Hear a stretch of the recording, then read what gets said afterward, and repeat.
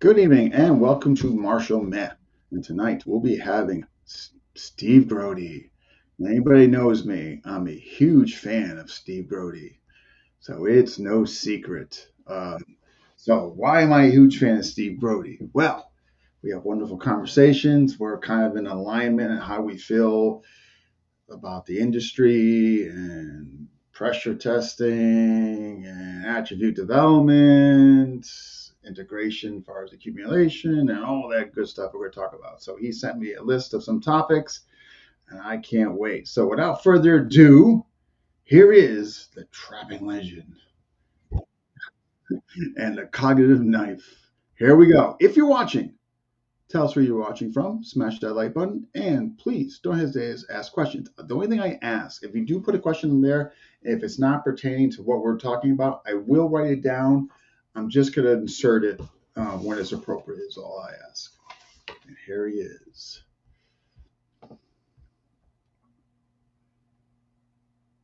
All right. I'm scaring myself with this face on this screen here. I'm gonna try and make my head as small as the same size as yours there. Oh, there we go. Can you hear me okay on this microphone?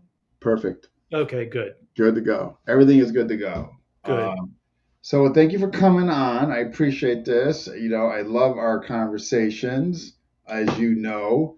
I'm trying to think what I like better, the content or who I talk about, the people. No, just kidding. Let's get some hate mail coming in right away. I'll throw myself under the bus. I'll keep you company. So, just for folks who are watching who might not know your tenure, your what you've done, studied, how about a quick rundown of that? The stuff that's the 2 second things. I started in 1973 with a traditional Chinese teacher that was actually raised in a Taoist temple before the revolution. So we're talking old school. And the internal work I still hold on to, and I still work on the forms because I like the movement and some of the healing work and things. But in terms of the actual martial training, it was a traditional Chinese secretive stuff, so my actual functional martial training really started with the Kali Academy under Dan Inosanto, and then the first year was actually Richard Bastillo, was a very organized teacher, and then Dan Inosanto, and uh, I was there for 13 years, and I became his assistant, his substitute teacher for when he was on the road for 5 years, from 85 to 90, and that was, to be able to just, the content of the classes was one thing, but the real value was to actually feel his energy when we would work on skills, and whether it was stick or knife or trapping or sensitivity, to actually feel his energy. That was the important thing, because he would always try and sneak stuff in. May I ask, how did you become aware of that? Like, I know you started with a Chinese background, but how did you become aware of the academy? I became aware of the academy because one of my seniors under my traditional teacher. So first of all, the 73 is when I started training with my traditional teacher, and that's the year that Bruce Lee died. But so I saw Bruce Lee movies, and but it's just interesting, the weird traditional Chinese. There were so many panties up in a bunch about Bruce Lee because he critiqued the traditional systems, um, which is, so you had all this stuff. Well, you see, he died because he was changed things, or he died because Oh, he didn't jeez. do the breathing right, or, all this unfounded, silly stuff. But I had an elder, a senior in my system that said, oh, we should, why don't I take you down to the Inosanto Academy? It was the Kali Academy at that time. And I watched people doing stuff, and I was like, it was no question. I was like, oh, they're actually hitting stuff. They're actually moving around. They're actually doing drills. This looks like this would be something I should do. So I think it was November of 1979, I started going there, even though I was still training with my traditional teacher. but I started training there. I didn't tell my traditional teacher, but there was this one time where in Chinatown at some event, I was with my traditional teacher and Cher Lu, who was deep. His knowledge and I think his skill was really deep. I think he was absolutely the real deal, and including skills that people kind of roll their eyes. Yeah, you can't do that. Because I saw stuff that you can't fake, but that's not the subject of our discussion here today. But in any event, um, and so I just said, oh, you know, Sifu, I'd like you to meet somebody, Sifu Dan Asano, Sifu Asano, Cher Lu, and they were very friendly, and it was just interesting because later Dan and Asano just kind of off the cuff said to me, I think he's I think he's one of the deadliest people. Just like the vibe I got from him is that he's the real deal, and he Mm. wasn't saying that to please me because he just wouldn't do that. I just do that. There was a certain kind of honesty about Dan, an unvarnished thing that he could do that was really interesting. There were, but that was a whole other thing. There's not one Dan Asano. There's several. There's a loose confederation of Dan and Asanos, and that's not an insult. It's like he tries on different perspectives, and so he'll say things that seem to be at odds with different statements because he's seeing, well, how does that feel, to say, oh, sensitivity is the highest love, is the highest skill, or really, okay, or then, well, really, all you need is, you know he was able to boil things down. Sometimes you need to be able to, you know use and defend against the feet, use and defend against the hands, something with grappling range, something a trapping range. You need some stamina, you need some pain tolerance, and you need some luck. Mm. The first teacher that ever said you need some luck. Because if you're talking about fighting, you're talking about an intrinsically chaotic situation Yeah. where, I am happy to say I know just a ton of ways to counter the jab. That doesn't mean I couldn't get hit with a jab. Exactly. I know a ton of ways that are really effective to counter the hook. That doesn't mean I can't get hit by a hook. All it takes is a fraction of wrong attention, of ill attention. So, what keeps me humble is not all these great martial artists out there. It's reality. Reality keeps me humble Yeah. because it's just, I look at top ranked boxers and you see people half the time getting knocked out just by happenstance as much as by skill. And boxers, more than any other combat sport or combative thing, there's keep your hands up, keep your hands up. And yet you still see to this day the best boxers in the world, they throw their jab and then they are already loading up with this. Yeah. I mean, isn't that amazing? They get knocked out as they're Right. for that thing. So my point is not look how good I am because I can point that out in top ranked boxers. The point is that human combative instinct of dropping the hands between or in preparation for a punch is a very difficult human combative habit to get over. And anybody that actually punches under pressure and keeps the other hand up without anything more, I already have my hat's already off to them because to keep any form under pressure Mm. is it's so the dirtiest four-letter word in all martial arts is just. Well, just do the silver beetle discharging. Well, just run away from the guy who pulls a knife. Just Right. run. Yeah. I know the just. Yeah. I love what you're saying, far as yeah. I mean, like humility. Like once you start training stuff and you see like where the potential, where like you can get hurt or you can get knocked out, just like you said. Like if I'm here and somebody comes up to me like we were talking about this at one time at Ambush. I think you referenced somebody asked you, "What would you do if somebody jumped out with an M16?" And you know what I mean? Like we're not we're not superheroes, and I totally agree with you. Like we are so right. We're prone as just as anybody else to get knocked out or get caught, right? Well, I'm not going to admit to being a superhero because superheroes are humble. Is my cape showing? A Um, little part of it on by yeah, good. Yeah, or the UTOT, or UTOT, or what's it called? The underpants on the outside club. Because all the superheroes like, why are they why are they wearing those things anyway? But we digress as we always will.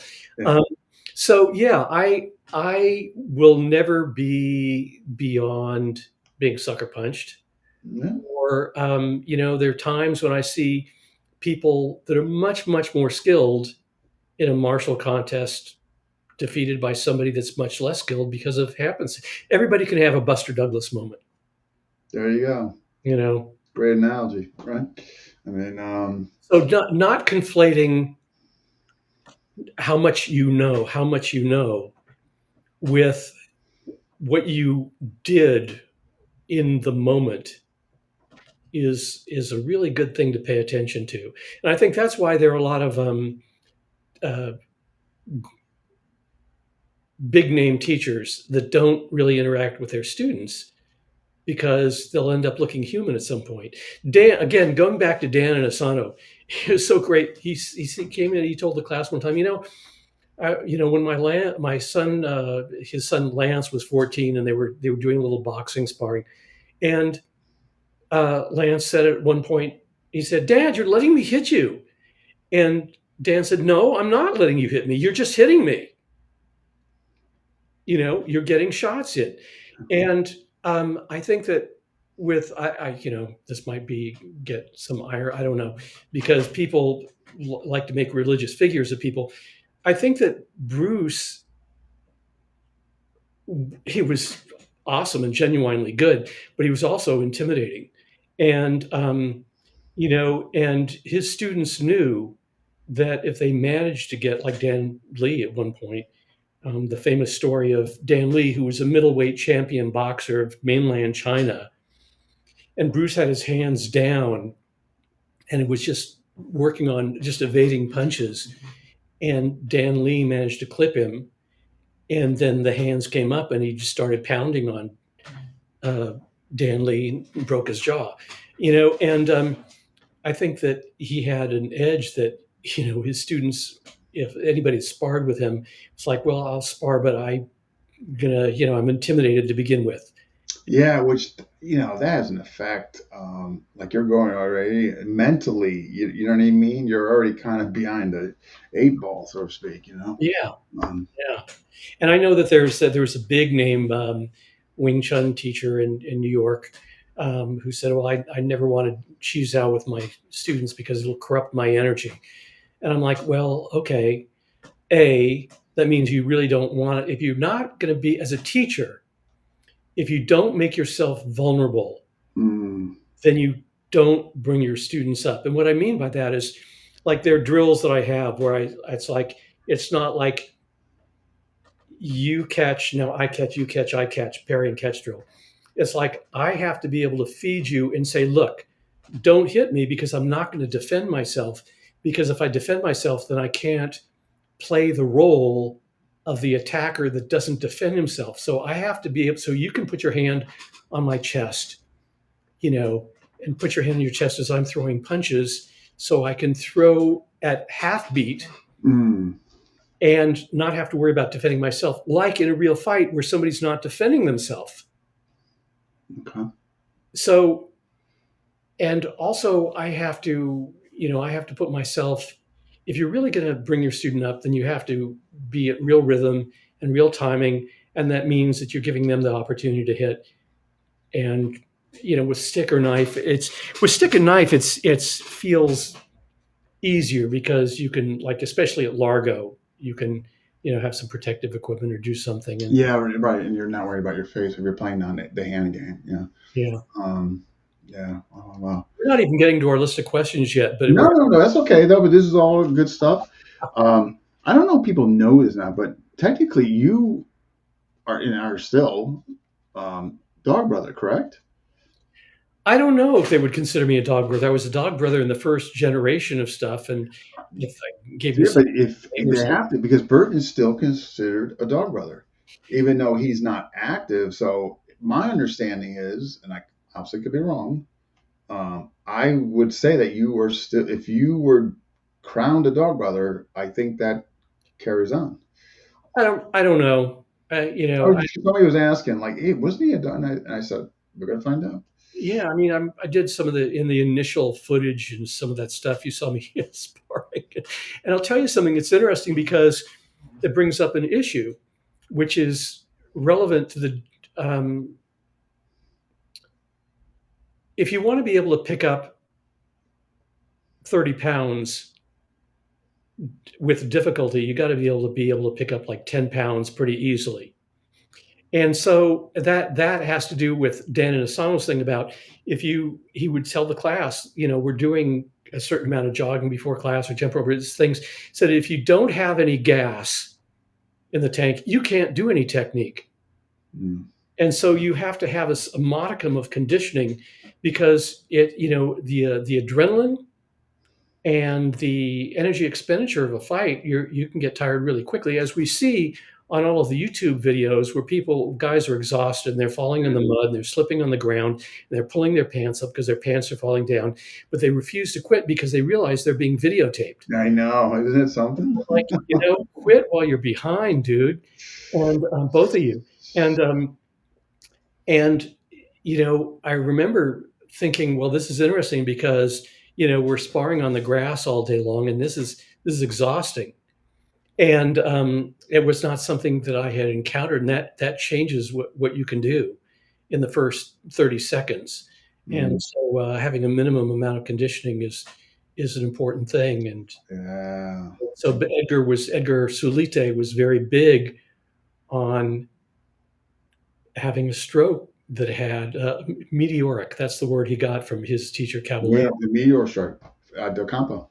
No. It's like if you don't have, it's like I see these digression number, is it 50 already? At 52, but who's counting? You dash B. I see these people like there's this people that showing the cane as of this. This is good for people. Oh my God, the cane programs. If you learn on a little cane set and you hook people by the neck or you hook Yeah, them by yeah, the yeah, yeah. like, you know what? I don't know if they're just flat out dishonest or if they're just naive. But you can do that cane form all day long, and if you don't have any power and if you've never trained anything with distance or timing with a partner, it's absolutely meaningless. It'll be a completely foreign experience the first time somebody comes in and you didn't have any timing or distance, or if you did manage to get a strike and they just walk right through you. Yeah, So so yeah, I mean that's one of the things. I think that's one of the things that would come out in Dog Brothers stuff is it's like this day long thing, this long thing. It's like, if you don't have a certain amount of conditioning, then you're going to find your technique is failing. And I think, but I also think that one of the unfortunate things in some of the footage that I've seen with Dog Brothers stuff is that people aren't critiquing themselves. They're getting in there. It's good that they're putting themselves under pressure. I think that's good. And they're finding something out. But I think it would be great if everybody videotaped themselves and then looked at it in slow motion. It would be really a revelation. Oh, look how I keep telegraphing. Look how I'm telegraphing this way. Look how I didn't manage my distance. Look how because when I videotape myself sparring, it's amazing how much stuff that I see mm, that I do, both positive and negative. There are things that I do intuitively. When I did my knife video, um, I include footage where I'm sparring with my training partner, and I include footage where I get cut. I don't want to just say, "Oh, it just happens to be that I am." the perfection of the blade. The master of the blade. You know, that my student, if somebody says my student can never touch me, then I have to wonder, are you really teaching your student? That's a very profound and great point. Are you really teaching them? Because man, if your module or the majority of what you do, like I'm heavily knife centric. Man, I'd be lying to say if I never get hit by my students. I mean, come on now. You know what I mean? Yeah, of course, I am lying. I'm willing to lie. But no, point taken. No, but literally, point taken.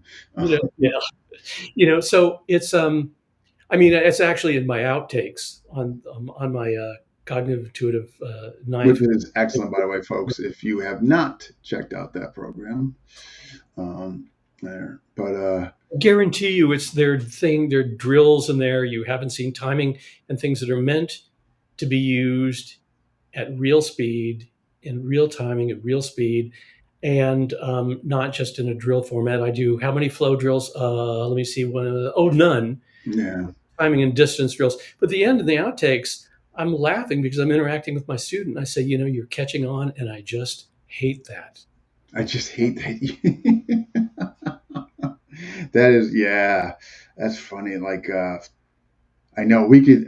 There's just so many areas to talk about, folks. If you're watching this, when me and Steve talk, it's like we'll start out something, and but it's all great stuff. It's just that it's what I mean. One thing leads to another, then we're weird, and Yeah, just like the real world, really. yeah, yeah, yeah, yeah. But You it's so know, that's yeah. Oh, we got my partner here, Renee, who is current dog brother, growling dog. What was your dog brother name? Did they give you one? I think that Mark Denny is the one that said was it Mr. Peabody or something? I can't remember. So you were Peabody dog? I can't I can't remember. I can't remember if it was something Denny-esque. Okay. So have you? This is Renee. Renee, this is the Hey, how you doing? great Steve Grody. Um, I do have your okay. What you sent me. I do know. I looked at it. I don't know if you want to go just like write down a list or. Whatever, you're the boss. You're the boss. Oh my God, this is one I really like because this one like I use this phrase. I know you. I remember when I first heard it from you in the context of how the guys get there with the sticks. I Yeah. use it like, how did you let the person get there like this close without any management or pre-violence, but just skill set. But how did you get there? Yeah, exactly. And it drives me crazy um that people say, if they're say, okay, long range, Largo, whatever term they're using. Oh, Largo, Schmargo. You get to Largo. Okay. Well, but Largo, there's so much to examine in terms of timing and distance and broken rhythm at Largo. And to say that it's something that it's simple to get past, let me put it this way. If you're not able to manage Largo at all, I'm not saying that somebody couldn't crash, but if you can't manage Largo, somehow all of a sudden you're supposed to be able to manage middle range where things are much more messy, intrinsically much more messy and failure oriented. At Largo, you have a chance to miss and still recover. Whereas if you're in close and you miss, it's much more likely that it's going to get messy, and by messy I mean bloody. And and Particularly a knife. I mean, yeah, yeah. absolutely, absolutely. The knife, because stick. I mean, it's interesting. Let's go back to Dog Brothers for a moment. Um, Eric, top dog. Who's Um, that? No, just I don't kidding. know, some blonde guy that I only have an image of him kind of airborne with a stick, um, burned into my synapses. He uses, going back to he just charges in. He says, "Go ahead and try and hit me," and he forces the issue, and and he'll charge in and roof, and then he'd just like drop the stick and grapple, and he's not easy to stop doing that. You'd have to have really good footwork to strike and then get off the line to deal with Eric. And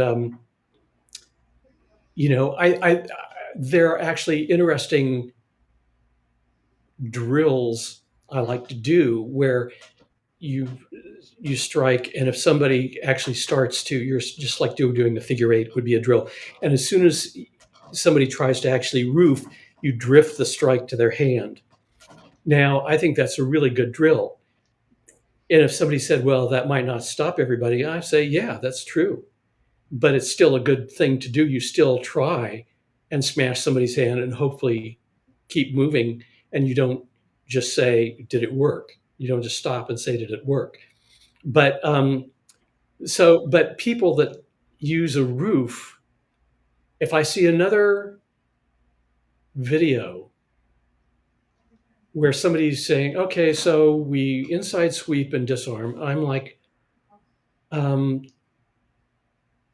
ah, yet another inside sweep to disarm without, again, how did you get there? How did you not smash the hand? And how is, again, I think that it's, if that's not to say that an inside sweep or roof or all the media blocks aren't relevant, but we want to do a drill where we show how the media fails. Like I'll have you strike at me with a stick, since we're talking about stick, and then at a certain point, and then I'll have let you get back to media to smash my hand. You strike at me, I evade. I let you get back to Largo and smash my hand. And sometimes I'll have you just miss me, and I'll force into media range. So then you have a reason why you have to roof or Oh, you sweep. have to deflect. Oh, gotcha. Okay. It's by you. The only reason you roof or you inside sweep is because you had to. Or again, I need to say, as an odd case or an unusual case, I think it's interesting to think of Eric Naus. Do I say Naus or Knaus? It's been so long. Now it's right, man. Naus, I think. I think the K is silent. Sorry, Eric. Anyway, and where he just forces the issue, and that's an unusual. You never see anybody else showing forcing the issue of media.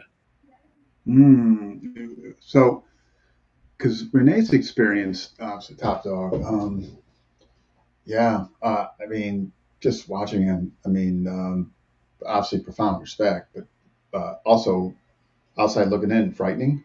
You know what I mean? So I give you guys all credit that you guys have Well, tanked them. he breaks people apart. He makes you do what he wants. And what I found is the times that I fought him, I realized I was no longer playing my game; I was playing his. And he has a way of making you fall into his game. Um, you know, so when I was in Largo, he started doing like these kind of like big swooping movements, and I found myself copying him just because I was like in this weird like hypnotic kind of state about it. And then next thing I know, he's in where he wants to be, and I'm like, I guess this is where I go to my happy place, right? Yeah, And I find with a lot of fighters who are good at their game is they will start making you play their game instead of what you think your game is at. So you might have a good jab, but then when you have someone who knows how to counter that and starts to make you feel like you're comfortable with that jab, you know they have a way around it because that's the original plan. that's one of the reasons I like counter time arguably too much. Counter time is where um, I try and draw somebody's stop hit. I'll try and draw somebody's cut on the hand, or I'll try and draw the jab and then counter that, which is a counter time strike. And that can really work because I'm trying to work on somebody's assumptions that their thing is going to work. It can also get me in trouble because I'm I'm making an assumption that what I want is going to work as well. But yeah, I mean that's a JKD thing, is analysis. What is somebody doing and trying to find the flaw in their system or use their system against them. So you don't try and box a boxer, or you try and set up a boxer, or you try and not play somebody's game. But easier said than done with somebody like Eric. Good luck. You can't honestly, and I get in trouble for saying that to people, but you can't figure a guy like him out because he's just one step ahead of you, and he does it like naturally. Like, listen, I like to try to get people to get into like a kind of rock 'em sock 'em kind of idea, because it makes them feel like, oh, I'm reckless. But the reality is there are very scientific ways of fighting within the rock 'em sock 'em type of scenarios, which are very clean and effective. I just got to get you to think that you're dealing with someone who doesn't care. Yeah, sounds good to me. Yeah, Dean's wearing a red shirt. Never seen that before. He's making people feel comfortable. You and Dean both have the same style blind. Almost makes me feel like you guys are living in the same house. But Well, we are, but it looks cooler if we're on split screen. Yes. Okay. And again, I'm just going in order here, sir. So we also want to Context. say the context for any technique has a context. Yeah. And any technique, it's interesting to just think of branches of what can happen during, before, during, or after, whatever it is you're trying to do. Is there a before, during, and after? There is. It's just that I just recently patented it. So is there like an early on, time late, and before, during, after? I mean, okay. I'm okay. There is, as I say, it's not splitting hairs to actually say the timing of something. We can talk about before, during, and after, but there really is, it actually can be useful knowledge to think of before, during, and after, the before, during, and after, the during, and before, during, and after, the after. And that's not something that I figured out intellectually and then tried to somehow figure out techniques for. It's something I found. This is what's interesting. And this is something that I would, a bunch of the most important stuff for me, useful stuff for me, is not stuff I was taught. It's stuff that that just came out of the flow, and I went, wait a minute. If I was able to look at it and say, gee, what did I just do?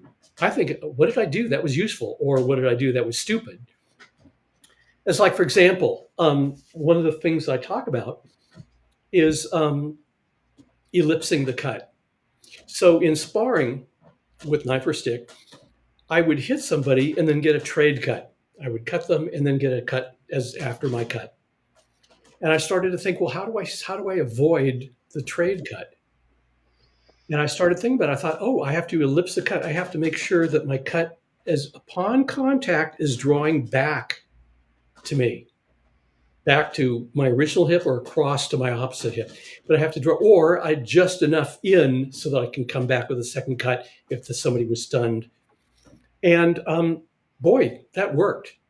It really works. And so it's a thing that I teach, but it's not something I learned from any of my teachers, to draw the cut in upon contact or the intended point of contact. Because if somebody fakes me, then I'm at least out of the way for their delayed cut or whatever. So, and then things with empty hands, there's all sorts of things that I figured out for myself. And some of it was just like, wow, where did that come from? And so I think that's where anybody's systems comes from. I think there's a certain amount of intellectual figuring out, and then there's a certain amount of intuitive responses where your brain just goes, do this, and sometimes it's the right thing to do. And if hopefully you can hold on to what that thing is that your brain just figured out that you never trained. It's but and I find the human system is respecting our own possibilities and creativity, and not just being a blind robot to a system. But I'll let Wouldn't you Renee. say that that's part of the problem today, though? Is like I look a lot of the stuff that's being showcased and people making videos. It's like it is robotic. There's none of it when I see there and I go, oh, I could use that in a fight, or I've seen that happen in a fight. It's all like just hearsay and regurgitated bullshit. Excuse my language. I don't know if Dean warned you, but I'm so I'm very tired. offended with the word regurgitation. I'm so tired of seeing this stuff where it's like, oh, if it's like if you do an umbrella and you can cup the guy's arm and you can throw him on the ground and you can, check his prostate. Like none of this stuff works. Like you're dealing with your it's like the zombie project. It's like I do all this stuff to you and then you walk away and like, I'm the winner. It doesn't work. It's just I'm so tired of seeing that kind of nonsense. I will say yes, but I will also say that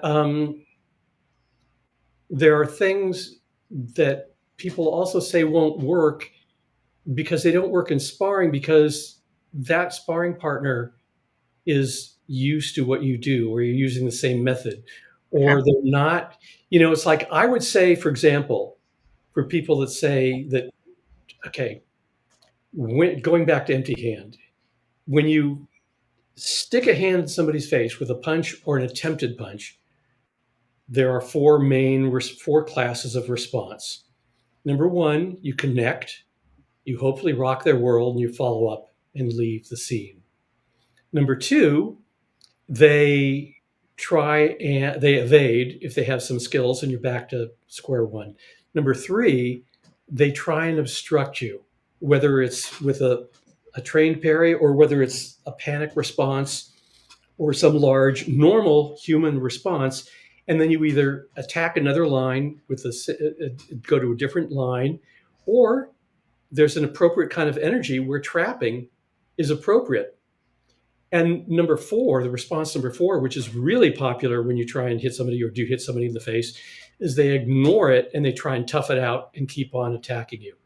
And so you have to, when you're punching, be ready to go right back into your defense, even if you did successfully score a punch, which is one of the reasons why I like attacking the eyes and the throat, because I would like to not make toughness the important factor. Hit somebody in the throat, hit somebody in the eyes.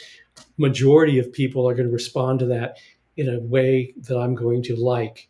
It's also hard for people to talk about you when you've been punched in the throat.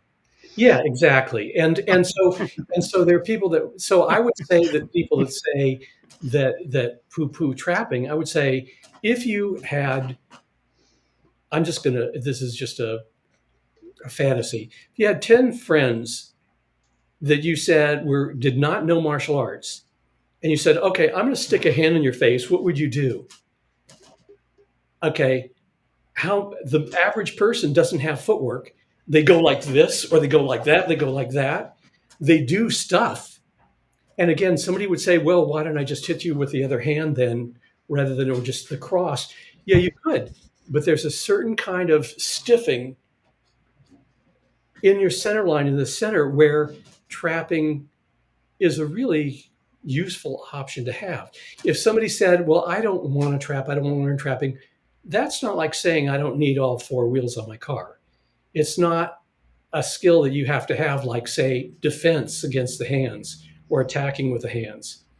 But I use trapping regularly when I crash with a student and I don't want to let their hands just free to be hit me. So I'm controlling their hands and I'm hitting them. And when you're close and you start to hit somebody, they tend to respond with a defense and you use that defense against them. And that's part of the trapping language.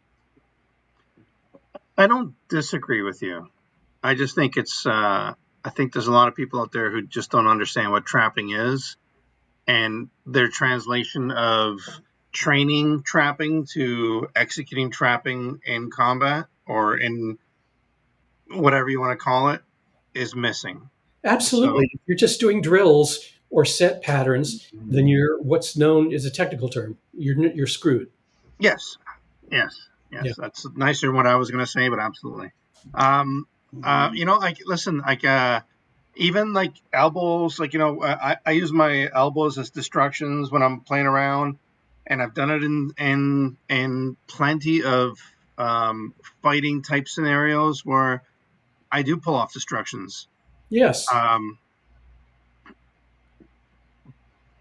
but I think you have to again get away from just like learn how to train it, but learn how to apply it as well within your fighting or sparring, whatever you want to call it. So Dean, is this guy like an AI thing that you made just like No, no, no. This is why like we do this together watch because somebody say something that I like what he says?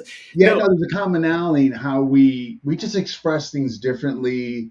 Our lens, but our lens are very similar. We just go about it expressing it differently, but that kind of creates the yin and yang I between like us. to swear, and Dean does not. And that's the main thing.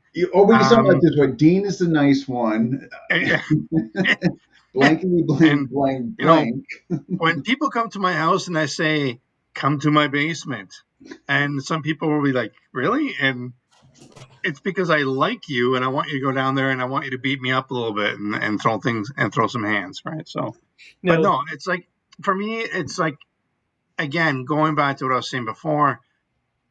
I am so tired of people showing different things when it comes to stick fighting, which is a passion of mine, and fighting, which is not a passion of mine, but something I've been well versed in.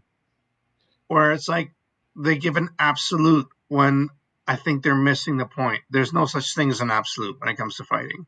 And, absolutely. perfect. And you, like it just bugs the hell out of me when people are doing like, oh, from this armbar, I can tickle his sides and he'll give up his wallet. It's like, no, that Steve, you doesn't have to happen, send right? Jeff Berger a check. Okay. Thank you, J.M. Berger. You will get your money. Your money's coming.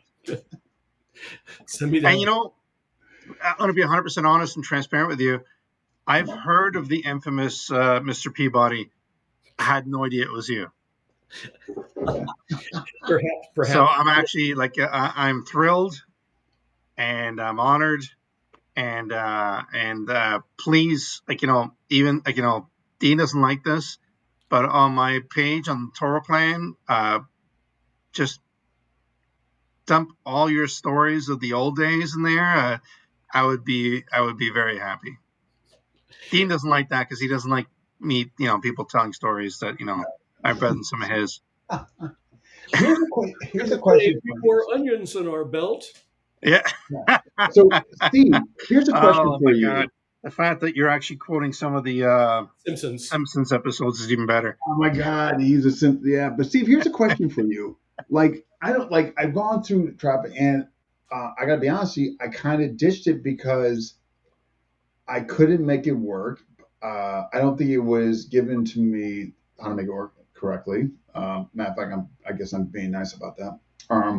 But when I talked to you in the past about it, the biggest thing you said, which made total sense, is you just doing this. They throw up something. There's your connection. Like, why is that not regularly being taught? Like, where it's so easy. You know, the idea is to get. It, you're not. First of all, you're not trying to trap. You're not trying to trap. You're trying to hit somebody. And again, if you hit somebody and they obstruct you, but there's an obviously open line, then you do that. But you still. This is the thing I like to point out about boxing matches. How many times somebody gets knocked out in the middle of their punching combination because they're not taking account of their opponent's second hand. They're not checking it. They're just their other hand is dropped. So where's one of the rationales for just monitoring a hand, which is part of trapping. Um, and I like to get to it from natural responses. So, like if you split, if I'm pairing on the outside and hitting up the middle, if you hit somebody, then fine, you can follow up if it seems like there's an opportunity. But if somebody's hand does come up, then you're automatically in double outside reference point, where either you can power something through and people over respond. Most people don't, some people will stiff forward and kind of like basically intuitively hold center line, as it were. But most people push across, push out, push out. They over respond. And that's where the sensitivity, you stick a hand in somebody's face and they push down, you go around, you push it across, you come in with this, but it's natural responses. It's not just, oh, I learned these responses in a trapping drill in class in this pattern.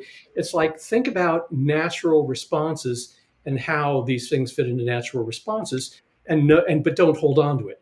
You don't hold on to it. And but monitoring somebody's hand, it's like even boxers will punch and monitor a hand as well when it's appropriate. And by the way, as terms of your elbow destruction, the biggest problem with using that is that people assume that you don't control the distance. That I would always say that first of all, if somebody's punching stupidly from a long range, then you can just stick an elbow up. But otherwise, I like to move back to give it room. Like instead of just moving back and catching, I move back to give it room. My elbow destruction told me that I'm close enough to elbow them in the face or in other parts of the body. Because if I'm not close to do that, then I should be able to go in as well. Mm-hmm. And like one thing I like what you're saying is, especially when people don't train a lot of this stuff, it becomes like sectionalized. It's like someone throws something at your face, you put your hands up and you leave them there to stop it. Where most people that I know that have some sort of training, their hands they're only there to check and go back to where they got to be. Right. It's actually an interesting question. I wish that there was some. Oh God! It was what was the famous famous Scottish physicist. It's but there's also Laplace's demon, this omniscient demon. I wish there was this place of statistics where I could say, okay, of all the fights that happen on the street spontaneously, how many happen between people that are untrained? How many happen between people that are trained? How many happen between one person that has some training and then somebody doesn't have any training? I mean, several of my teachers have said, well, in most fights, there's a weapon involved, and I don't buy it. I don't buy it. And maybe in most criminal actions and muggings, maybe somebody has a knife or a stick. But I would say that so many fights happen where we're walking down, two dudes, and I emphasize dudes, are walking down the street, somebody glances, what are you looking at? Well, what are you looking at? Oh, yeah. And all of a sudden they're fighting because somebody glanced at somebody or somebody, a lot of fights. I mean, and there are bars. I mean, it's like Larry Hartzell was one of those people who said, well, that's what we did on Saturday night to entertain ourselves. We went to a bar and we drank and we got into fights. And I had a student of mine go up for salmon canning during the summer in Alaska one time, and he walks into this bar and all the stools are wired together and all the liquor is behind chicken wire. And it's like, this is a weird place. And he sits down at the bar to order a beer, and a guy walks up and sits down next to him and pats him on the back, friendly like, says, hey, you want to fight? And my student goes, nah, no, I just came in to get a beer. Guy, okay. I mean, there was so much nothing going on else that people would that's what bars functions like. Fight Club. One of the best headbutts I ever saw in my life was an accidental headbutt from one drunk guy with another guy who was arguing with his friend, and he tripped. And I watched this from a distance. The guy tripped and just plowed this guy, like top of the head. Other guy was like all messed up, and I was like, that was the most beautiful thing I've seen when it comes to a headbutt. And it was completely accidental, just two drunk guys, like fighting. And I trust me, in my career as a bouncer, I saw a lot of people fighting over stupidity. I would love to see your note. You should take notes on what you saw and what was common in those fights that you saw amongst drunk guys. Oh, it was insane. It was insane. But the funny thing is, when I left working like the after hours kind of bars, and I moved to the Can't explain that, but it's not the first time. I'm sure he'll be back. I'll tell him. I'll follow up his accidental headbutt with two stories. One was a student of mine. He I didn't realize that he had a problem with an alcohol problem because Oh, he would tell me yeah. he was a brilliant guy. He graduated from both Oxford and Harvard, was the head of 6 departments of Sotheby's antiques, um, but he was also alcoholic, and he would come back to me and say, "Oh, I had this situation with somebody in a bar," and I was like, "Wait a minute, what you did? What you've been training with me for 6 months and you found yourself out in the parking lot sparring with some guy? What's wrong with you?" Anyway, but some guy was a good boxer and he came in and he kind of like ended up kind of responding to one of his punches by going down on one knee and knee dropped on the guy's foot. It was over. The guy couldn't move anymore. And then, so and going that's, back to the story I was trying to say, even yeah, though I could see you guys when I was talking. yeah. So when I left the after hours community and I started working in more like legit bars, and I was going like high end bars sort of thing. What stopped a lot of fights was in the middle of a altercation or a conversation, I would pop my mouth guard in, You would what? and I pop my mouth guard in, Uh, and it would just. There's a lot of times it just completely diffused the situation, and sometimes it didn't. I'm not gonna lie, but like I remember like my first time when I was working at this one place, and my boss at the time, because I was a smaller dude, I was like 160, 170 pounds at the time, and everybody that I worked with was like 300 pounds plus, right? I was like a skinny white dude who was like working there. But I remember like there's a fight that broke out, and I pointed at two guys fighting, and I popped my mouth guard in, and I looked at the guy that owned the bar, and I pointed at one of the guys who was like he had a broken like champagne flute, and that's the guy I was going to remove, and he jumped in like screaming, saying, "Please don't!" And then the two guys literally just like let go of each other, and they're like, "Yeah, I don't want this." But sometimes I think when you show intent as well, it changes things, right? Like, Absolutely, absolutely. I think that just if somebody jabs at you, and you go like that, as opposed to somebody jabs at you and you just kind of give it a small response, they're already thinking, "Oh shit, this person knows something." Yeah. So if that's why guys that don't want to fight, there's a lot of trash talking. You mess with me, I hurt people. I mess people up. Okay, you're nervous. You're yeah, nervous.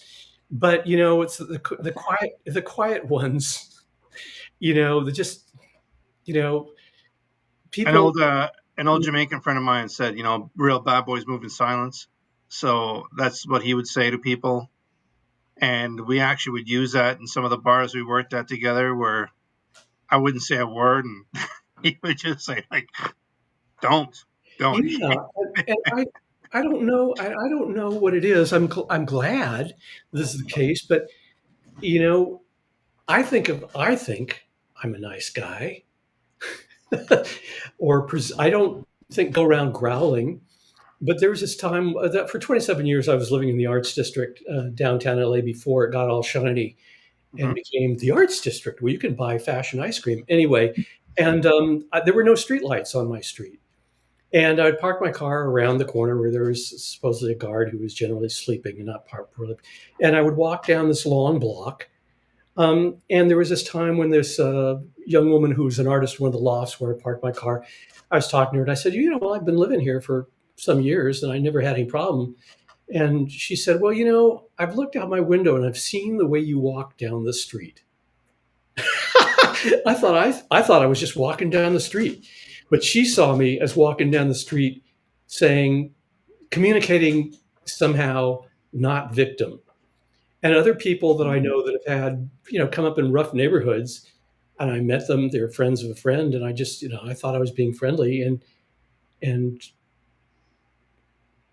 my our mutual friend said to Neil at one point, one of these days, Steve's a nice guy, and somebody's going to try and go off on him. And, Steve's going to turn him into hamburger. And Neil said, I don't think so. And Jeff said, what do you mean? He said, I remember meeting Steve, and he was friendly, and I shook his hand, but I just remember thinking I wouldn't mess with him. Now, I go back to my first 5 minutes of talking with Dean on tonight. That doesn't mean I couldn't get sucker punched or knocked out in just an average confrontation by some Goomba. Listen, I think I'll say this, and I don't know you from Adam, and like outside of being a dog brother, you have my full respect on that. I'll say this: when you are talking about movement, and I see the way your body moves, I know you've punched people in the face. So, Mostly so relatives. I'm not trying. And listen, I'm not trying to like make you, like blow smoke up your butt and just make you feel like like you people who've seen it will know when someone moves and does something what that person can do. And when you walk down it, and again, I know a lot of people who are never trained in their life, but they can walk down any neighborhood and nobody messes with them because they know Mm. what's going to happen if they Well, do it. I, So, and I'll I just really say this: like again, when I saw you, like even when you're just explaining your movement and you're shifting your body weight, I was like, yeah, that guy's punched people in the face. So well, I appreciate that because I have my own doubts about me, and that's one of the things though that keeps me training. Yeah. Hello there. How you doing? Hi, River. Stay there so your daddy doesn't swear anymore. Anyway, so uh, but it's interesting. One of my teachers said, in terms of people evaluating, he said people will always overestimate you or underestimate you, but they'll never get you just right. And but just right is a moving target anyway because it's all context dependent. It's like if I was going to have some saying tattooed on me, and I'm not, it would be it's all context dependent. I mean, our senses, the way our vision works is context dependent. A fight is context dependent. Everything is context dependent. What, It's just 7 feet. I'll be honest with you. I'd rather have people underestimate me on a absolutely, regular basis. And absolutely. and it's something that even when I was teaching my classes, I always told people like have people underestimate you because it's going to be an easier fight. By the way, what's more important to me, my I have concerns about my own skills, but since I'm talking as an instructor, my bigger concern is actually making a student functional. And so Amen to that. one of my most through threads and everything is working on the unexpected, doing something and putting something in unexpected timing at real speed, not necessarily real pressure, because giving a student brain damage or damage is it's not that doesn't. I know for a fact that I can train a student to have good functional skills that have been in situations and done just fine without pounding on them. I know that for a fact. And so when my students say, oh, well, I interacted with these people in these different styles or on the street or this thing happened or that thing happened, and they do fine, it's kind of like it seems like it's just weirdly easy for them, then I know I did my job rather than, gee, everything we did in class didn't seem to work out there. And so it's important to me that I'm trained, and so it's the broken rhythm, the looking for the unexpected moment. And when I can do something that they were not expecting and they deal with it smoothly, then I know I've done my job. Dare I say something where it's like you didn't do your job, you were honest with them, because that's the difference I find with people who can take care of themselves Mm, and people who just show up at a class. You were being honest with them. mm. And that's what I find is missing with a lot of people is that when you're not honest with the people that you train, they're going to get hurt. Yeah. If you're honest with them and say, hey, you need to work on this because you suck, then then And- they realize they yeah. shouldn't be going down there. It's like it's the same thing. And I'll say this: and it's a story I've told a million times. I've had students who came up to me in the middle of class and said that they didn't want to train anymore because I thought I was too aggressive or whatever. And I just told them it's time for you to bounce because I don't have what it takes for me to teach you properly, probably my mentality or the way I like to treat people. That's going to effectively allow yourself to defend yourself. You need to find someone else to get that out of you. I'm not saying it's impossible, but it's definitely not going to be me. So I find the people who I've trained who've done well are the people that are okay with my honesty or my level of honesty. So, again, that's just my opinion. Yeah, and I don't mind. I never feel bad saying to a student, "Wow, that was a big bucket of weak sauce," because I know we'll be able to overcome that. I know we'll be able to do better. If I See, felt that was the best somebody could do, right that now you're teaching me not to swear to people, which is nice. it's it's a valiant but useless effort. It's okay. Oh, I try. I try really hard. Yeah. So you know, in terms of Filipino stuff, it's interesting because, um, okay, I just realized this. It sounds very tooting my own horn thing, but so be it. There was a student of mine that went up to. He said, "Oh, there's this guy." I'm going to eliminate any names to minimize hate mail. Um, there's this guy that's going to be teaching this method of knife fighting. Not that the teacher was known for knife fighting, but they're going to apply his principles to knife fighting. And I'm going to go, do you think it'll be good? And I said, I couldn't tell you if it's going to be good or not. He said, I really want to go up there. And he went up there and he very quickly was like, what are we doing here? This is the technique indirect, nothing. Why are we doing any of this? And so he said, so what I did is whoever I was training with, I said, you know what, I don't like this. Let's just move around with each other. What do you know? I don't know what you know. You don't know what I know. Let's just move around and move with each other and spar a little bit. And, I love all these comments, by the way, the last one too. And he was just cutting everybody at will. He was not, because he was controlling distance, and he was not doing, it was not technique. He was like, breaking his rhythm and disengaging and doing stuff and just cutting people at will and stuff. And then he found out that, and people were saying, well, what's your rank? And he said, I don't have a rank. I just trained with this weird guy down in LA. And, and then the next day he found out that all these people were teachers of different styles and ranked teachers. And he, his rank was, no, I've trained for Grody for the last, 8 months. And because he was just adapting to who they were and using his stuff. But I will say this one more thing about that: the students that have come back with saying, "Oh, I interacted with these other people and it was really felt good." They took responsibility for their own training. Knock. They didn't just say, "Oh, I went to class, I must be good. I memorized that my teacher patted me on the head, I must be good." They asked themselves, "Can I pull this off? Can I do this?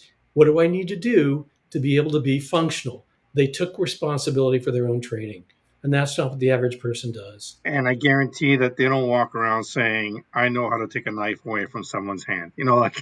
That's one, honestly,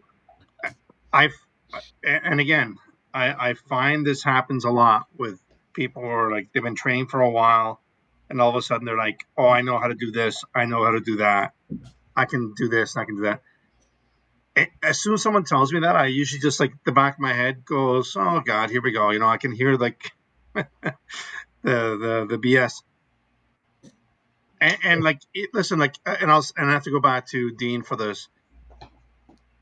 When someone once told me that Dean could take a knife out of your hand, I was like, wow, that's bullshit. But he ended up doing it, and repeatedly, because he has a system, he trains it, he applies it, he can teach it to you, and he'll make you a believer. Because I was like, it's easier for me to put socks on a toddler than it is to take a knife out of someone's hand. I'll never forget when you said that. And Dean can do it. So But anyways, he never mentioned it. He never said, "I can do this to you." He just showed it to me, and I think that's a very big difference between instructors, right? Like he will actually show you, so you can, someone like myself with a big mouth will keep it shut and say, "Yeah, it's actually happened." Oh, that's right. He's the guy Dean told me about. You're the guy Dean told me about. Yeah, nice try. No, listen. Again, it goes back to what's Thanks, happening Brian. in today's day and age with martial Thanks. arts. It drives me bananas when I see these videos of people You got a posting lot of stuff checks. about stuff that has it makes no sense to me. And then they show it, and they may have some sort of really cool media presence, and I'll leave it at But that that's before such I a get in more weapon. Like trouble. we spoke on this, Renee. The weaponization of social media. You It's know what I crazy. mean? Like, you I, know, listen, like for me, I sit there and I'm like, I remember like as a young instructor, like back in my 20s, like I was afraid of teaching something to somebody that might get them killed. But nowadays, people are doing it just so they can get views online. And that blows my mind because you are um, literally going to be the person that's going to get someone killed. Yeah, I used to have a lot of students, but unfortunately, most of them got killed.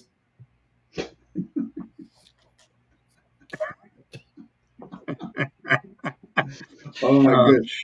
Hey, I got the next bullet point. Hey, we made it to another bullet point. We did. We're not. I'm going to tell you though. We're not going to get through all of them. But hey, another Yeah, a reason to bring you back. yeah, great. Um, Probability of success. Say it again. Probability of success. Yes. This always works. This never works. That kind of mentality, because there are a lot of modern martial artists that say, a rising block doesn't work. But there are people that have used that over and over. And, it's like there's a friend of mine, he's a very dear friend, but he's from Brooklyn. And that means he doesn't have opinions. He just has God's truth issuing from his mouth. You know, it's just, and he's done a bunch of martial arts training was when he was younger, and he trained a bunch with me. But at one point, he was saying, well, if I got, I can't move right now because I've got this injury, but it's like I just hope somebody would throw a high kick because if it's because they just don't work, I would just move behind him and da da da da. I'm like, yeah, all it takes is a blink of an eye, and you're on your butt going, oh, there's that kick that I said couldn't work, just knocked me out. High kicks fail, high kicks work, jabs fail. Um, so it's probability, like Dean was saying. What's the probability of success? There are some techniques that are more workable than others, and one of the things is beat efficiency. How many beats, how many movements does it take to do said technique? If like a jab is one beat, and that so it's a higher thing of success than I used to get these magazines from Hong Kong that I enjoyed called either Real Secrets of Kung Fu or Kung Fu. Anyway, it was from Hong Kong. And somebody sticks a hand out there, and this guy goes spinning around and doing all this stuff, and then ending up doing a strike. And I'm like, is the guy's coffee cold by now? Um, and but it was all about exotica. There was a time when Jackie Chan was, first coming out to American audiences when he was doing an interview for Inside Kung Fu magazine, and he showed the counter to a jab being that he jumped up in the air and hit the ground and kicked the guy into the groin. And I thought, well, what if that was a fake jab? And then you're in the middle of the air going whoop whoop whoop whoop whoop, stop side, and but I know that Jackie Chan knows better. I think that Jackie Chan knows how to fight, but he thought, well, I'm expected to do something cool, so I'll do something cool. I'm not going to just like slip and hit to the gut or something because everybody knows that's bad. I spoke to him yesterday. He can fight. He's still good. I believe it. I believe it. And, You know, he is tough. He is genuinely tough. All the accidents he's had. one of my problems is people don't give enough respect to the sucker punch. To me, Absolutely. it's like when it comes to fighting, like, and it's again, we are fighting. We are not in some, I'm not bowing in front of you, respecting your ancestors, and you and I are going to square off. To me, the sucker punch has always been a beautiful thing and underestimated. And I know people that used to just train the sucker punch. Like, to be honest, I don't have time for this. I got to do my laundry. And um, that's one thing I find that's really, again, that's missing from today. It's like everybody expects you to be some sort of, honorable person when you're scrapping. No, like, I don't know if you guys seen this video recently where two guys are grappling on the ground and another guy pulls out a knife and stabs the guy on top. Like, that's the kind of shit that I see or that I expect when it comes to people fighting. It's not about, like two people facing, squaring off, and having some sort of respect for each other. It's them wanting to really, really injure each other. One of the questions I ask students early on is I say, okay, legally, is it is it is it legally? Can you legally hit somebody before they hit you? And if they pause and go, well, I'm not sure. I don't think so. I mean, I said, just that you thought about it, that's a problem. So let me allay some of your anxiety. Number one, yeah, you can legally hit somebody before they try and hit you. It's legally called fighting words. If somebody gets out of their car and says, I'm going to kick your butt, you get to hit that person first because they announced their intention. Those are legally fighting words. Also, for the lawyers in the audience, I could be wrong, but I believe that is assault. The assault is me saying I'm going to kick your butt, and then attempted battery is me trying to follow up on that physically. And so, yeah, if somebody announces their intention, and furthermore, if somebody approaches me, and I actually work on this with students over the years, as I show, I kind of amble in and say, "Hey, man, what's the problem?" Then you'd put a hand on my chest.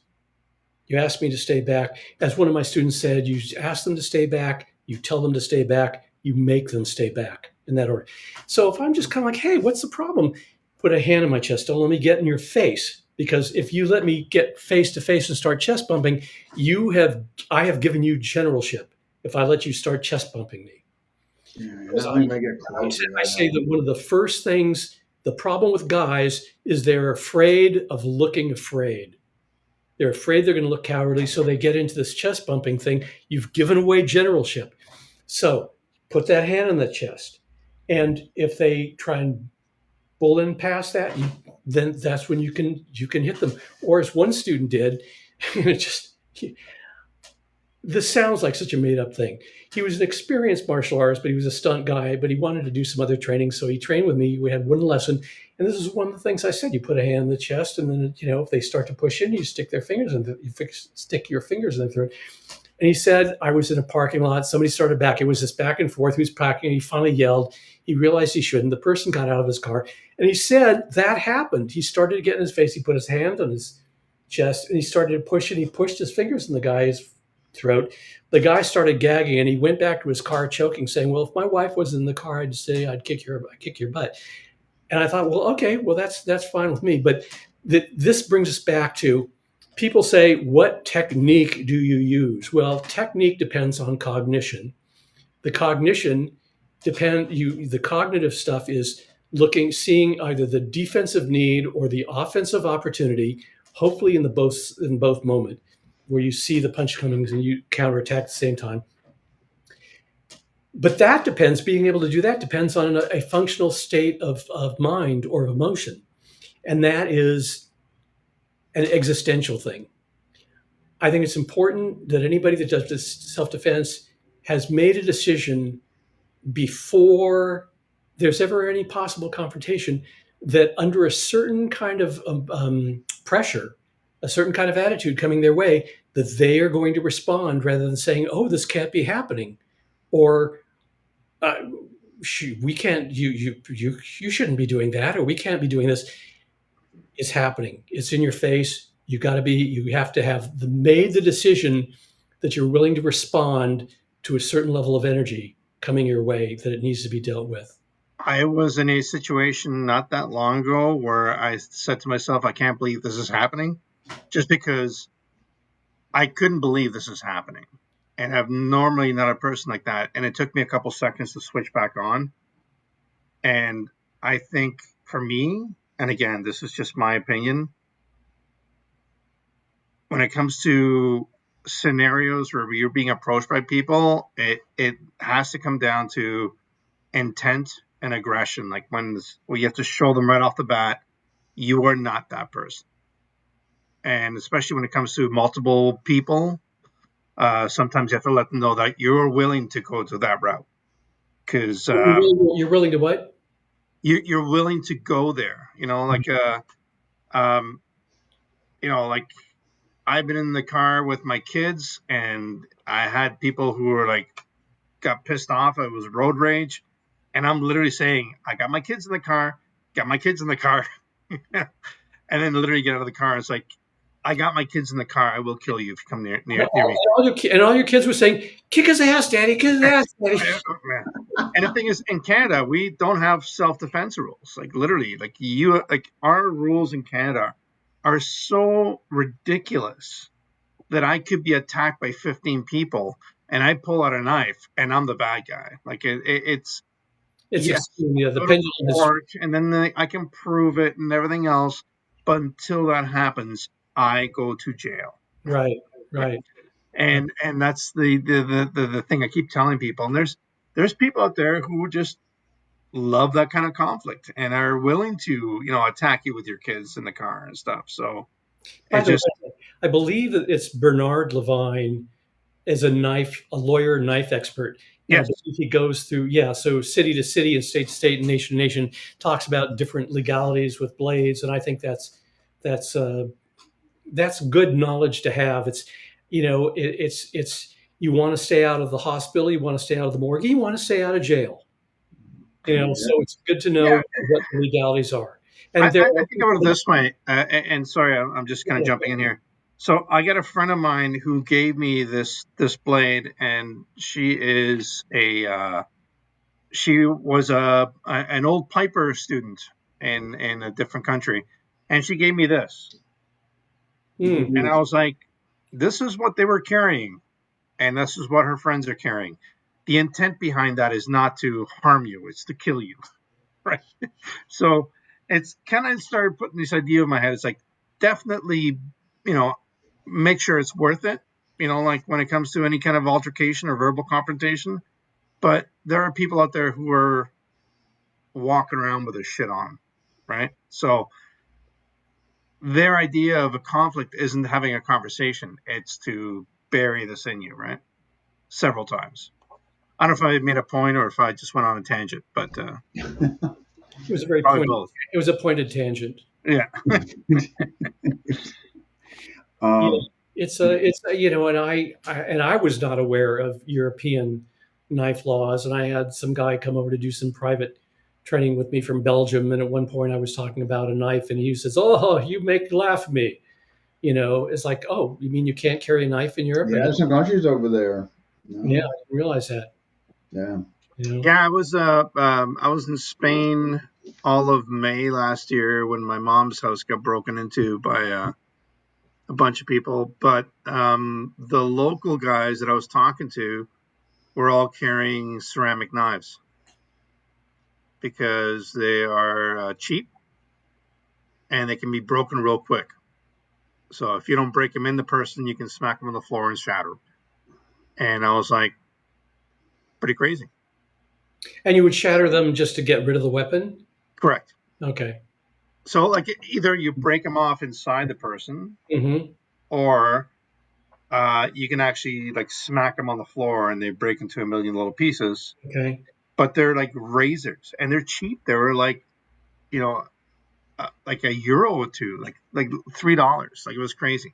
I'll tell you, there have been times on airlines when, back in the day, when we actually had food on airlines, and the food was getting better and better. When they brought plastic utensils, and there were a couple times when there was plastic knife, and with a serrated edge, and I thought this thing is pretty sturdy. You know? I have a video of me cutting through a pork leg with a standard plastic knife that you can get in any lunch tray. And I was going in like an inch and a half, and literally I had my thumb on the back of it, and I ran across it, and I cut through the pork leg, and I was like, "This is the kind of shit that we're giving on airplanes or anybody else, right?" So, Yeah. And any local school lunchroom. yeah, which is crazy, right? Like that, or pens. I was taking pens and stabbing pens through pork legs. Like we're talking like 3 inches of meat, right? Mm. Well, we got a question in, and this is from Seth Raymond, Giant Thanks Seth. for all the kind comments, by the way, folks.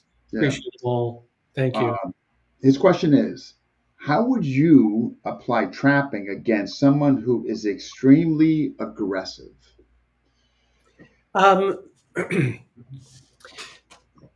It depends what you mean by extremely aggressive. Does that mean that they don't try and defend themselves when you punch them in the face? If you know, it's like again, you know, I hopefully when you punch somebody, you punch them effectively, but then it's when you punch them and they respond. It's like hitting somebody in the ribs. Their hands, most people's hands somehow tend to drop, and that's when that hand comes up high. It just is. It's such a common thing. So, you know, partly I would say, first of all, my concern is not trapping again. My concern is hitting and not getting hit. But I will say this, that time hitting, that people, this is, thank goodness, as a human combative instinct, people that are aggressing, even most trained people, do not defend their attack. They're saying like, I'm ready to, I've trained like this, I've trained like this. But as soon as they punch, they go like this. And this is all open. So you're talking about how would I use trapping against somebody that's aggressive? My first concern is hitting them, ideally time hitting, either stop hitting because they're being telegraphic or time hitting, because I find the way I like to do a cover is come inside a curve and finger jab, because you don't need body mechanics for this finger jab. So people like this getting slammed doesn't feel good. This feels better, but it still will rock your world. People see this and they go, "Oh, you're open here, you're open here." But when something's barreling in, I would rather take the chance that it suddenly switches up and drop it to this. And I try and slip inside the curve and get this. And once you've struck, then you're dealing with their response. If they're still hitting, then you're defending and hopefully still hitting. And at a point where they hopefully are not willing to endure the pain or the responding to the hit, then if there's an appropriate thing, again, Jiao is part of trapping, the disengagement. And even though that is not trapping, it may lead to trapping, but by itself, it's just a disengagement. It's actually either considered a disengagement or a progressive indirect attack, depending upon whose JKD history you're talking about. But just slamming somebody in the ribs and then disengaging to the head actually is, again, hitting somebody in the face. Are they responding to that, or are they just continuing to hit? That would be determine if somebody's not blocking anything. Then I'm just going to try and continue to defend and hit. You owe Jeff another check. It's funny. I look at trapping, like my analogy in my head is, because I live in the land of snow, is slipping down a set of stairs, and I'm trying to get hold of that railing so I can stop myself from falling.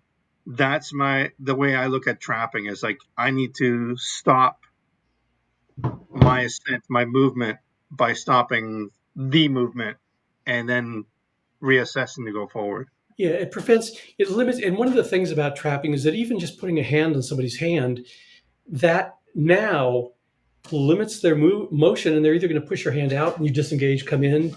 They push your hand down. You could, I mean, there's basic, very direct sensitivity things to very natural, common defensive responses where the trapping works, and it's not techniquey.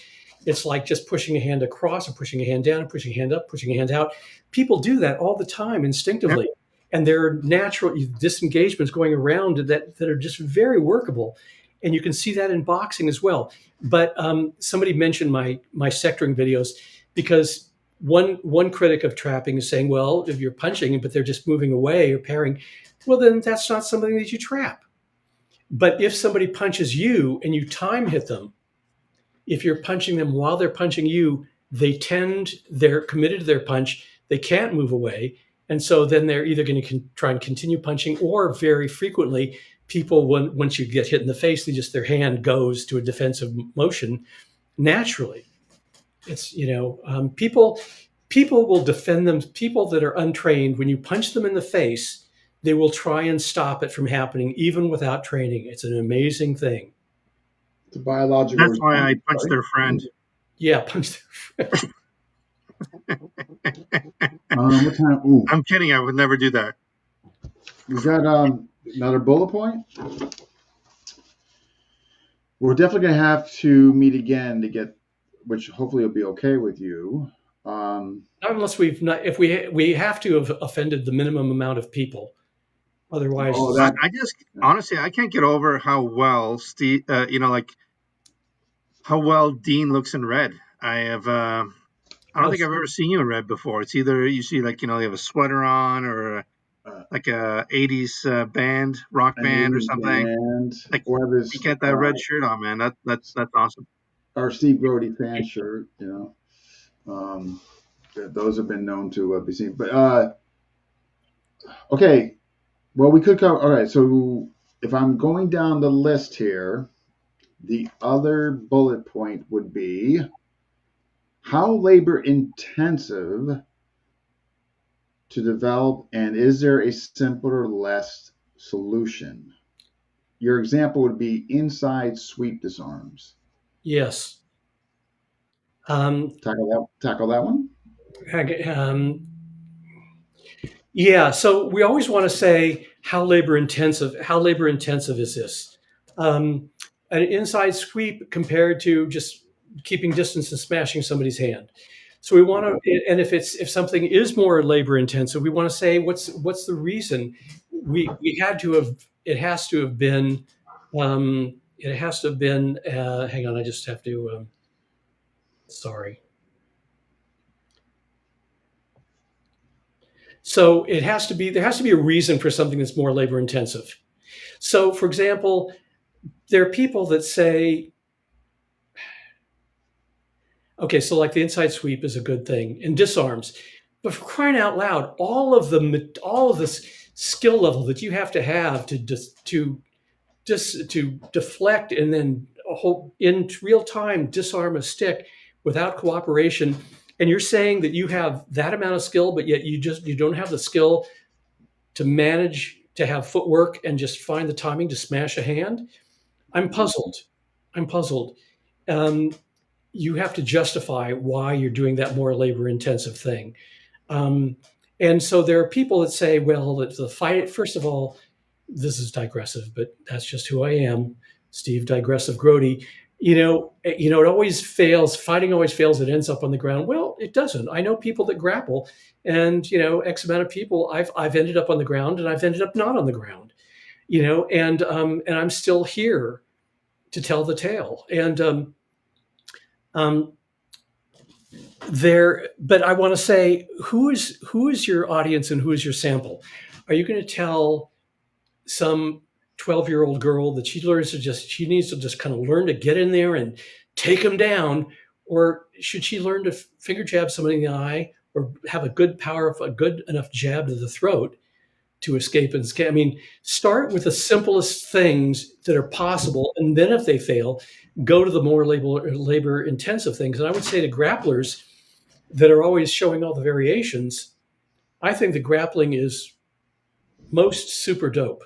It's great stuff. It's the value is absolutely obvious. But I would say,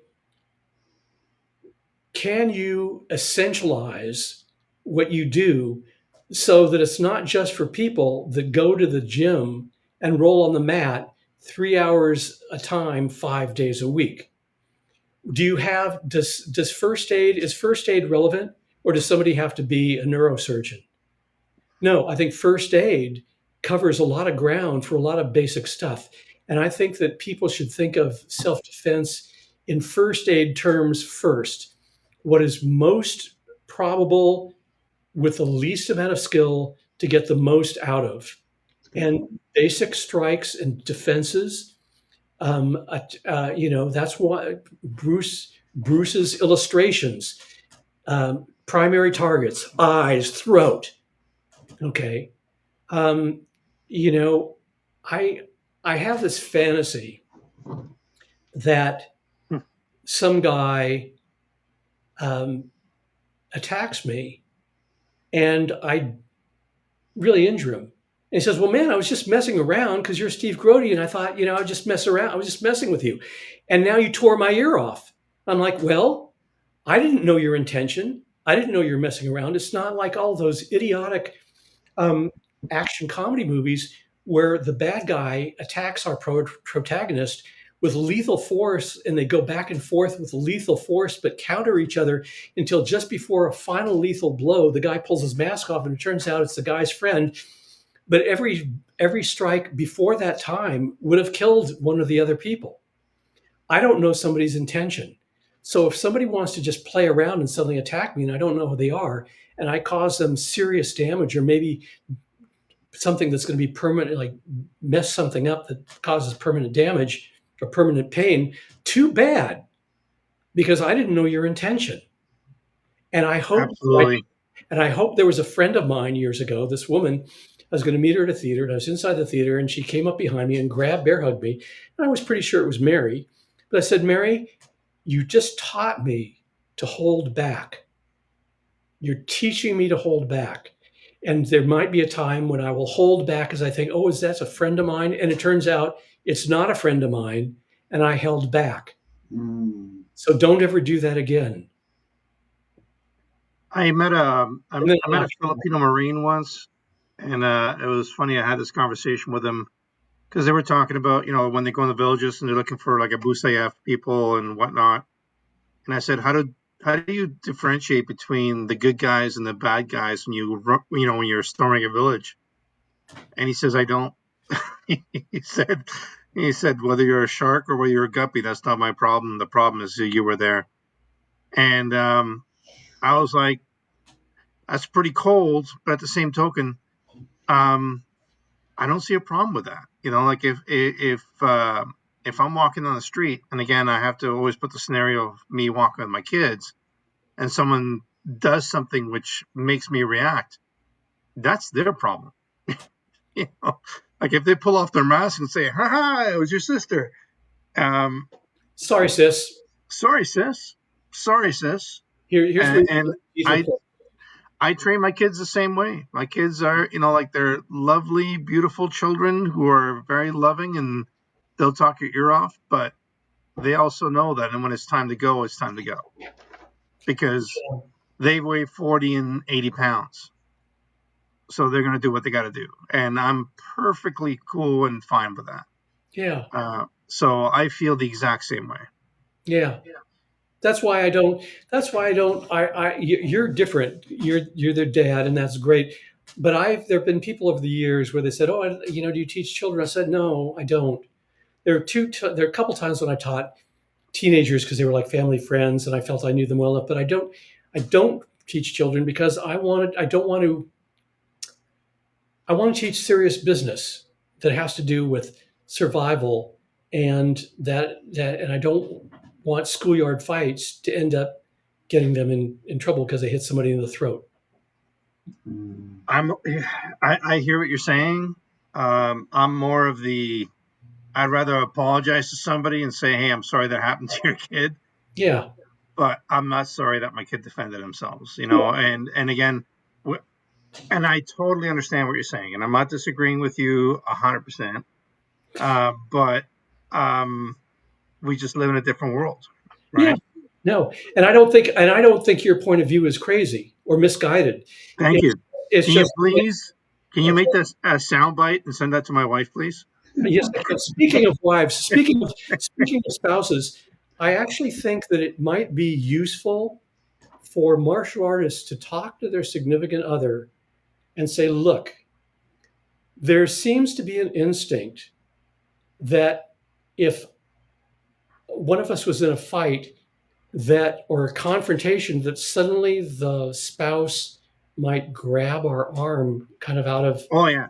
Oh no no no. okay, so it's kind of like it might be a good thing to that for not and I hope it would not be an insulting conversation, but to say to the significant loved other, you know, if there's a weird situation, Yeah stand behind me, but don't grab my arm yeah. and try and pull me away The or focus isn't on you at fear that point. for life. I Yeah. can't believe this. You mean have a plan with your family? So Like, my wife, who's a trained fighter as well, has fought at gatherings and everything else. And I'm not saying that is happened often, but she knows well enough that when I decide that it's time for me to react to something, she will actually shield the children, back up, and know that I'm doing what I have to do, which Yeah. means I'm either clearing a path for her to get to a car, opening the door so she can get into the vehicle, or I'm going to take on some damage so they can survive, sort of thing. And it's a hard conversation to have with people because they have that instinct to they want to they want to protect you. Yeah. And if I'm wrong, then that's a conversation we can have afterwards. Definitely, like not during Yeah. or Yeah. before as something is going down. Because I've seen, and again, working in bars over years. Sorry, I don't know what's going on with my lighting here, but again, I look like I'm in the Blair Witch program. You look spooky. You look bad. You look badass. But I've seen plenty of times where shit is going down, and it's not just the it's not just the woman, it's also the dude. Sometimes I don't want to get involved in this, or don't do it, and hands are being held, conversation being had as the other person is planning to separate your head from your body. Yeah. And it's important, I think, also if I think for particularly with young men of drinking age, that they 14. if the drinking age that if they go out to bars with friends, that they inform them that if there is a confrontation, don't hold my arms to pull me away, it's a and good then point. I suddenly get hit in the face. You know, you can. Listen, I'll tell this quick story, and then I have to I have to go. But I remember working at a bar where there are a lot of uh, Russian people who were frequenting, who were very serious individuals, and there's three or four young guys in their 20s who were like yelling at this guy and everything else, and he was just smiling at them the entire time. So when I walked these three kids out saying, I'm going to walk you out while you still can, the guy followed behind me. And I walked up to him. I was like, "What are you doing?" He's like, "Oh, I just want to talk to these children." It's like, "It's okay. Let's leave it alone." He's like, "No, no, Rene, they were very insulting. Like they're I have to do the accent because it was the way it happened, sort of thing." And I was like, "Hey, what were you like when you were 21?"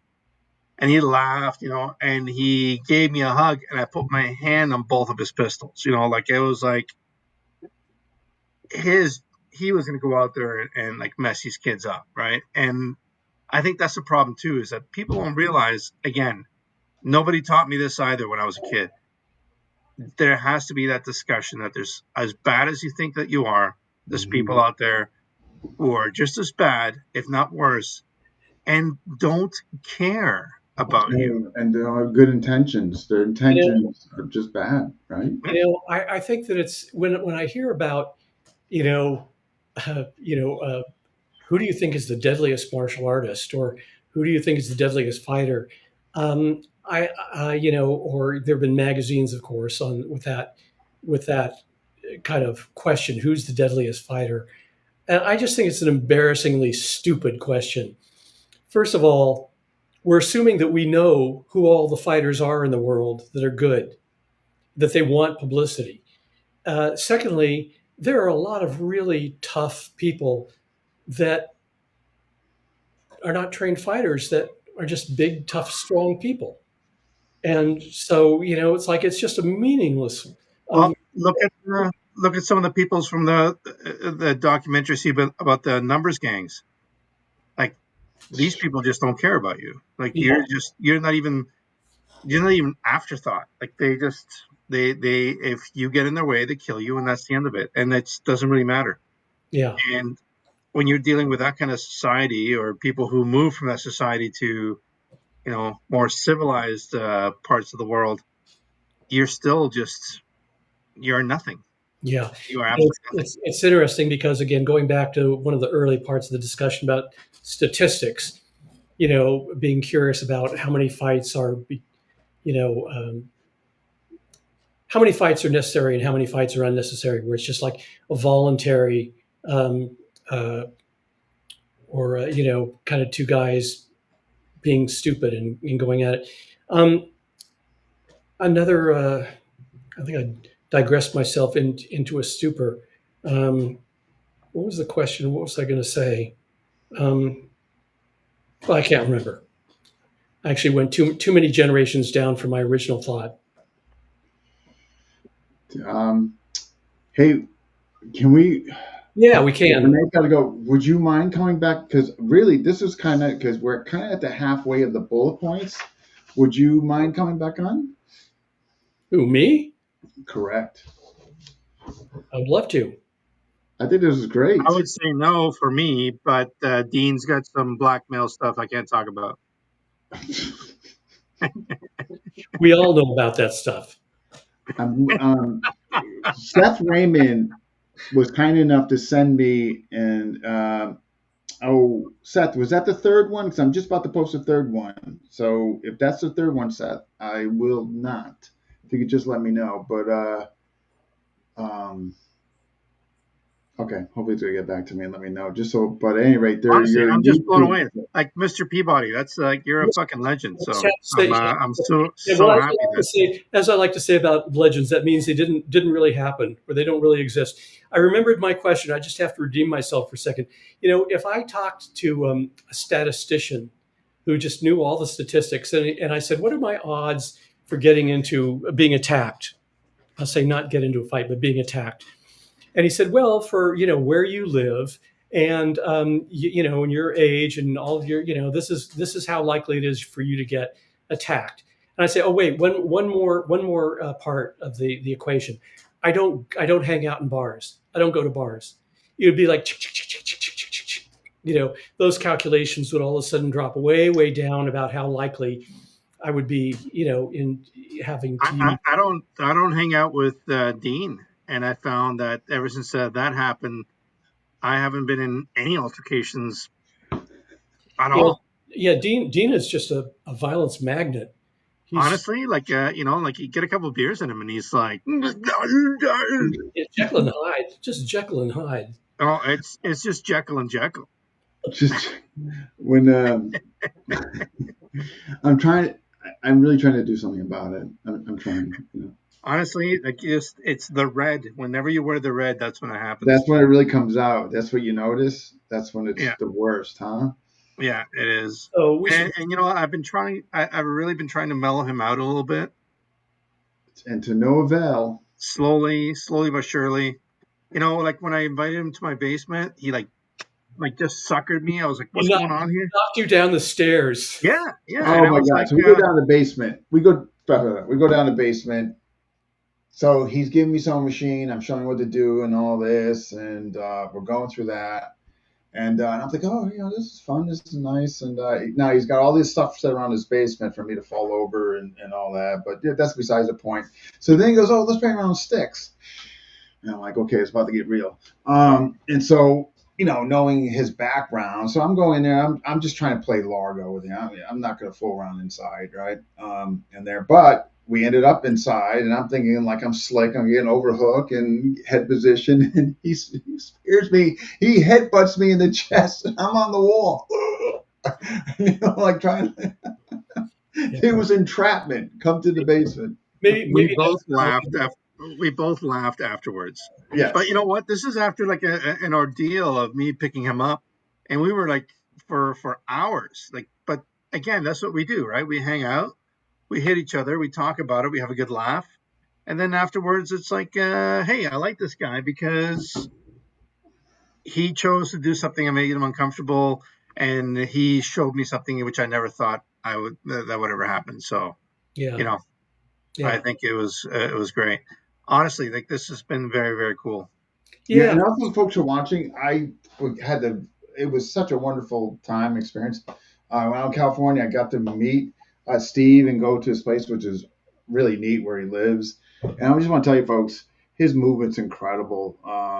It was I really enjoyed that time. And matter of fact, when you go back out there, I already told you I'm coming back out. So you gotta let me know when you're coming back to the loft. All right, And for 1995, Dean will show you that movement. Good. Steve. For you, Steve. Thank you. 1895. Okay. Thank you. It's a deal. It's done. It's done. Well, thank you both, Seth. Nice to meet you, and to be Yeah, we continued. have to do it again because we Yeah, can go through the second Oh, part. absolutely.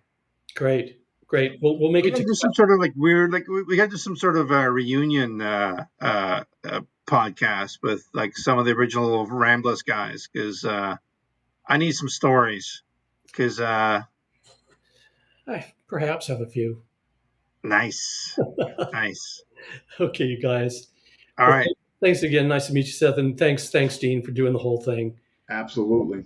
Talk to you Bye. soon. Bye. all Okay. right. See you guys. See, I told you, man. He's a good one. He's all right. You know what? He's an original, and I don't think I gotta make sure he gets one of these. I gotta send one out to him. Yeah, he just doesn't speak on it, but for and I can't tell you why. But I think there is an unknown to whether or not like he was actually one or he's No, considered one. he's a full on absolutely Yeah, that's because what I people had no say. idea that it was actually him, but I Yeah, know for a fact he's a full on dog brother. So yeah. he's an original. He's like an OG, and And I the had no thing idea is it was too him, is which it's is like him even and better. Burton. Like, well, was Burton one or was he a celebrity one? Was he No, an honorable Burton's a mention? fucking No, dog Burton brother. was there No, in for the sure, beginning, man. I mean, for sure. Anybody who questions that's an idiot. yeah, that bothers me. Like, what do you mean? Like, you the guy, like, yeah, I know, yeah, There, everybody who fought at the Rumble at Ramblers, they all became full dog brothers that first day. that was okay, and okay. Um, okay, so next week we have, and I think there's going to be a really, folks, if you're listening still, next week we have on Nicholas Ziegler. He's going to explain like what happened to him as far as his TBI and everything. I think it's going to be really nice to hear like how he advocates for others that can do this. Just because if you had an injury doesn't mean you can't do something and all that. He's gone through some, obviously hasn't been a pleasant journey, but I think it's really worth hearing from him. Just hearing his story and how he's still plowing through and training. Um, and it's somewhat exhilarating, like what he's gone through. I got a little in deeper depth of it, some messages as of late, and Mhm. it's kind of really neat to see what he's doing based on what has happened to him, and it's kind of refreshing and uh, kind of brings out humility. Well, for me, it did, and just listening to him and stuff like that. So he's coming on next Wednesday at 7, and I'm really looking forward to it. I think it's great. Just checking some filters for next week. So, but anyway, so yes, Nicholas Diggler, the 20, no, yeah, 21st, and then on the 28th, will be Tim Dobson Bondo, which that's going to Day be after my cool. birthday, everybody. Oh my gosh. Well, I won't be expecting you to be here then. No, I'll be there Okay. All for right. sure. So Bondo, and I What else can't am I wait going to to hear do? about that. The Burmese Yep. boxing and whatever, Not to be Wonderful. confused with the other sport that Dean loves, bondage. But We might speak on the bondage, right? we'll talk about that. Well, I'm glad you got to meet That's Steve. I crazy. thought It you was would like crazy. him. Yeah. Yeah. Anyways, I got to run because Yeah, I got to, but perfect. And well, yeah, we'll talk obviously before next Wednesday. So, sounds good. all right, thanks. All right, good night. Until next week, folks. I'll see you then. Check out next week's show, though. I have a anybody who knows me. I have a soft spot and empathetic, and I just really like the messages that Nicholas was sending me. Pretty profound, you know what I mean? Like just admiration, like that this guy is still doing stuff, and I think it'd be just good for the overall community to hear from him and some of the trials and tribulations he's gone through and continues to go through while he's training.